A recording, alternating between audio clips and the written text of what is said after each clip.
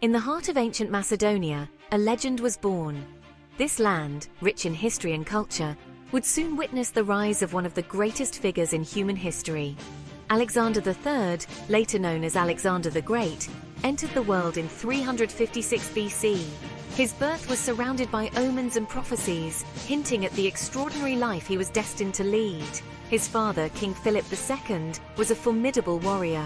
Philip had transformed Macedonia from a fractured kingdom into a powerful military state, laying the groundwork for his son's future conquests. His mother, Olympias, was a woman of fierce intellect and ambition. She was deeply spiritual and believed that her son was destined for greatness, often telling him that he was a descendant of Achilles and Hercules. Alexander's childhood was steeped in tales of heroism and conquest. He was captivated by stories of legendary heroes and epic battles, which fueled his imagination and ambition. He learned to ride and fight alongside the sons of Macedonian nobles. These early experiences in the art of war and leadership would prove invaluable in his later life. The young prince was different. Unlike his peers, he possessed a sharp mind, a thirst for knowledge, and an unyielding ambition that hinted at greatness. His teachers quickly recognized his potential. He possessed a sharp mind, a thirst for knowledge, and an unyielding ambition that hinted at greatness. Under the tutelage of the philosopher Aristotle, Alexander's intellect was honed, and his curiosity about the world deepened. Even as a boy, Alexander showed extraordinary courage. He was fearless in the face of danger, often taking risks that others would shy away from. He famously tamed Bucephalus, a wild horse deemed untamable by others. This act of bravery and skill not only impressed his father, but also cemented his reputation as a young man destined for greatness. This act cemented his image as a young man of destiny, marked by the gods for greatness. The people of Macedonia began to see him as a future leader who would bring glory to their land. The stage was set for Alexander to leave his mark on the world. With a powerful kingdom behind him and a destiny that seemed written in the stars, Alexander the Great was ready to embark on a journey that would change the course of history forever. Alexander's education was as important as his lineage. From a young age, it was clear that he was destined for greatness, and his father, King Philip II, knew that a proper education was crucial for his future. King Philip II hired the greatest mind of the age, Aristotle, to be his tutor. Aristotle was not just a philosopher, he was a polymath, a man of vast knowledge and wisdom, whose teachings would leave an indelible mark on Alexander. Imagine the young prince, just 13, learning philosophy, logic, and ethics from the most brilliant philosopher of the ancient world. Aristotle's teachings were not limited to dry academic subjects. They encompassed a broad spectrum of knowledge, including science, politics, and the arts. Aristotle instilled in Alexander a love of learning and a respect for different cultures. He taught him to appreciate the diversity of the world, to understand and respect the customs and beliefs of other peoples, which would later influence Alexander's approach to governance. These lessons would shape his reign. Alexander's education was not just about acquiring knowledge, it was about shaping his character and preparing him for the immense responsibilities that lay ahead. Beyond the academic, Aristotle recognized Alexander's potential as a leader. He saw in him the qualities of a great ruler and sought to nurture these traits. He nurtured his strategic thinking, his eloquence, and his ability to inspire others. Aristotle's teachings on rhetoric and oratory helped Alexander become a persuasive and charismatic leader, capable of rallying his troops and inspiring loyalty. Under Aristotle's guidance, Alexander devoured the works of Homer, particularly the Iliad. The epic tales of heroism and adventure captured his imagination and fueled his ambitions. He was captivated by the heroes of Greek legend, dreaming of emulating their feats. The stories of Achilles and other legendary figures became a source of inspiration for him, driving him to achieve greatness. Little did he know, he was destined to surpass them. Alexander's ambitions were not just dreams, they were goals that he would relentlessly pursue, driven by the teachings and inspiration he received from Aristotle. This education, a blend of intellectual rigor and heroic inspiration, forged Alexander into an exceptional leader.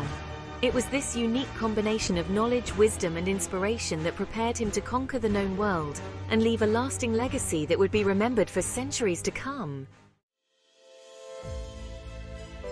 At the age of 20, Alexander faced his first test. King Philip was assassinated, leaving a power vacuum. Many doubted the young king, but Alexander quickly silenced his critics.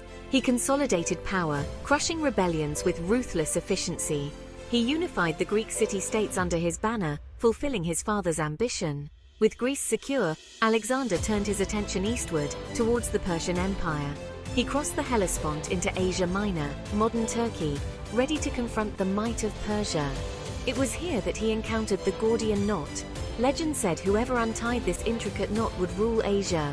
Alexander, known for his decisive action, unsheathed his sword and sliced through the knot. This bold act exemplified his approach to challenges, unconventional, daring, and effective. He was not bound by tradition, but by his own vision of victory. Section 4. The Persian Threat.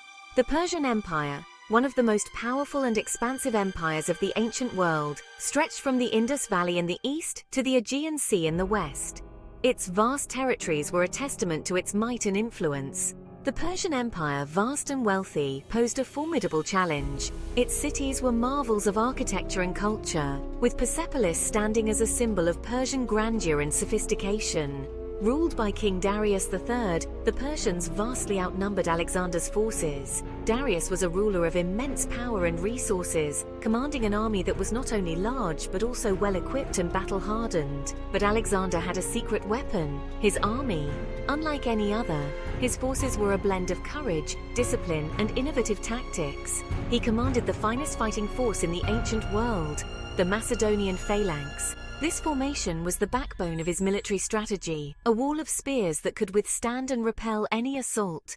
The phalanx was a fearsome formation of heavily armed infantrymen, their long spears bristling like a porcupine's quills. Each soldier was trained to hold his position, creating an impenetrable barrier against enemy forces. Alexander's army was more than just brute force. It was a well-oiled machine, trained to maneuver with precision and speed. His soldiers were not only warriors but also masters of strategy and tactics. It was a well-oiled machine, trained to maneuver with precision and speed. The soldiers could execute complex maneuvers on the battlefield, adapting to changing situations with remarkable agility. This combination of discipline and tactical innovation would be crucial in the battles to come. Alexander's ability to outthink and outmaneuver his enemies was a key factor in his many victories. The clash between these two titans was inevitable. The Persian Empire, with its vast resources and manpower, was a formidable adversary. But Alexander's strategic brilliance and the unwavering loyalty of his troops gave him a significant edge.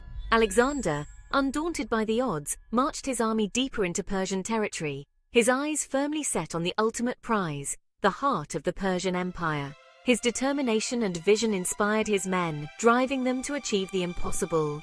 His eyes firmly set on the ultimate prize, the heart of the Persian Empire.